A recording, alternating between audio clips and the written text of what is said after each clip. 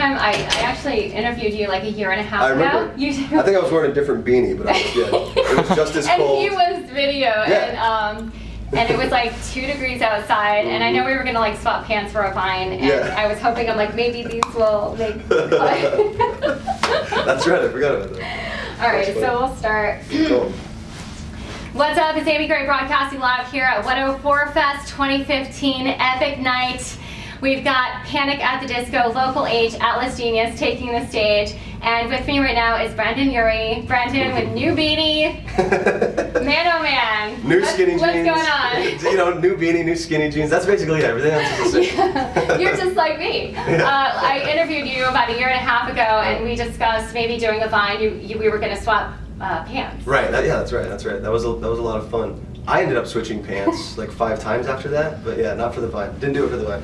Do you know how many of my friends scolded me and they're like, you stopped, like how could you do that? Like you could have done so much more. That's the beauty of it, that's the genius, because you know, you just gotta keep them wanting, keep that mystique. Yeah, I kept them wanting more.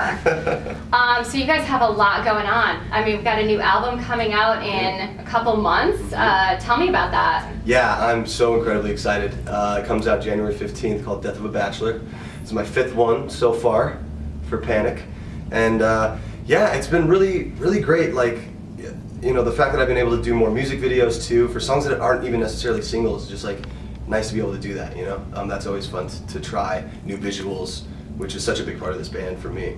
But yeah, it's just, I'm so incredibly excited, it's awesome. Your sound is just different right now, and I don't know what it is. Like, I know Alleluia, when we get in the car, my boys are cranking that stuff up. I mean, we are singing at the top of our lungs, and I know that you said that the sinners are the listeners, and it's really incredible. It's one of my favorites by far. Thank you very much. That's awesome. Good. I love hearing that. Yeah, it was kind of like that little toss out to the fans. I like to call them my sinners. So I had to throw that in there. I love it. Yeah. That's awesome. And tell me about Victorious. The new video just came out. Well, tell me about that, because there's a lot going on in that video. You you got to check. For not going to see your ex-girlfriend. What's that all about? Yeah, it was pretty great. It was a lot of fun. Shot it with this director named Brendon Urie, who I had seen a couple of videos of his. Was just a huge fan. He shot one for Dylan Francis, who's a friend. So that just immediately sparked an interest for me.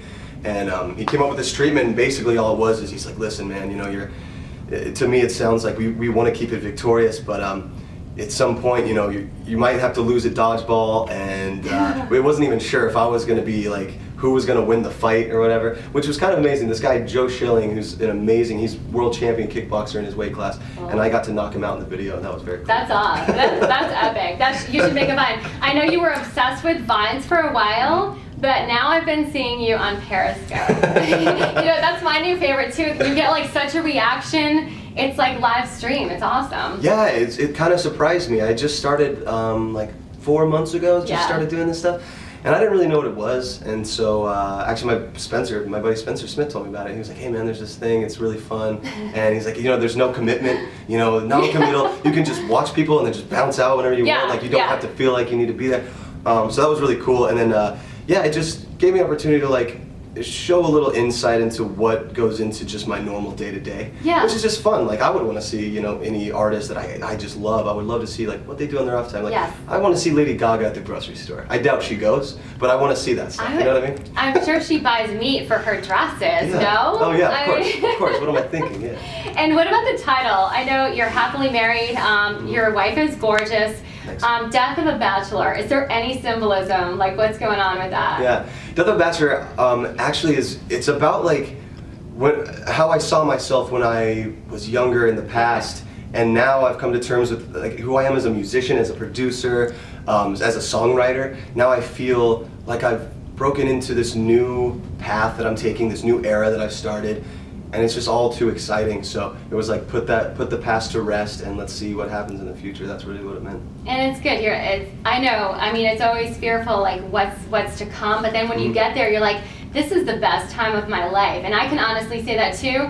And as an artist, you must feel like everything that you've done, it has brought you to where you are today. Oh, 100%. Yeah, every little thing that happens in any given day holds some kind of influence on, you know, what path I take or what songs I write or any of that stuff. So that's why, you know, every time I meet somebody, it's it's just, I know that that's going to be somewhat of, even like the smallest percentage of an inspiration. You know, any and all of that stuff holds such a key to all the creativity. Yeah, for sure. It's good stuff, and I know that you have a lot of fans waiting for you tonight. There are a lot of teenagers and their parents out there tonight. It's because, I mean, you've been around for a while, and so, you know, we have our generation and then our kids who are equally fans. So how does that make you feel? That's the coolest thing ever, honestly. That's it's weird. It's weird, rare. but it's the coolest weird. It's like, I look out and I remember like seeing it change over the last couple of years.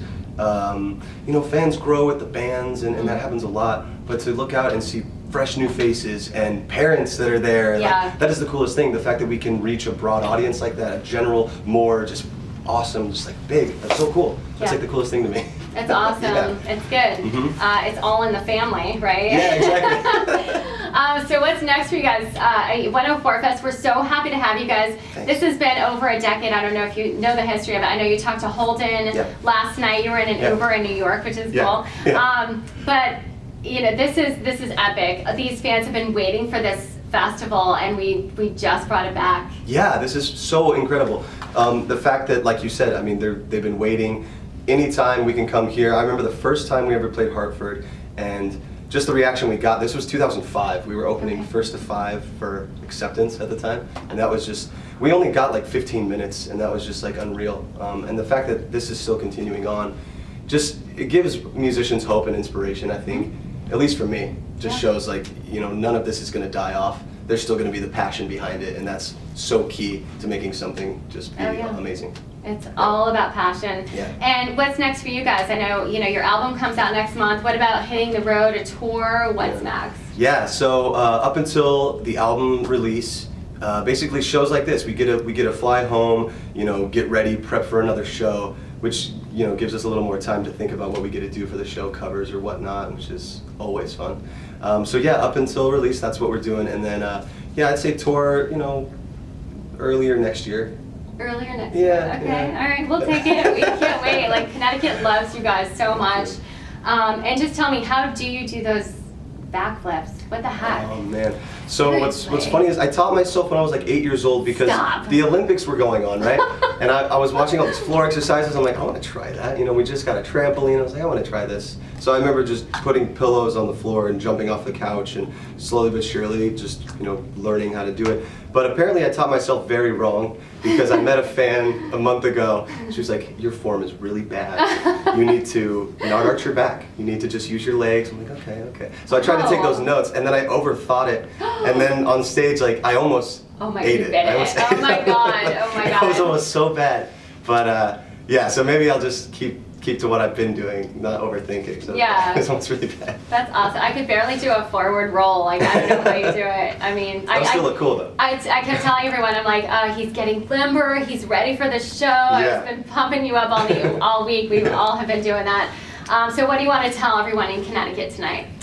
Stay warm, stay hydrated. That is key. Please drink water, because so many times that doesn't happen. That's not good. No, it's been a while, and I'm just so excited. Tonight's going to be earlier in soundcheck today. Like, that's kind of a key moment for me because you have to get a feel of the room. And it changes so much when all the bodies get in there, and that's when it gets really exciting. So I'm curious to see how much of the energy we get to feed off of, because it's always ridiculous. Like, it's always so much energy. I'm just looking forward to it. I think we're gonna snap the lights in Connecticut tonight with all the electricity. The night the lights are out in Connecticut. Brendon Urie, Panic at the Disco here at 104 Fest 2015, epic night. We're so happy that you're a part of this with us. Thank you so much. Thank you very much. This is awesome. I appreciate it. All right, cool.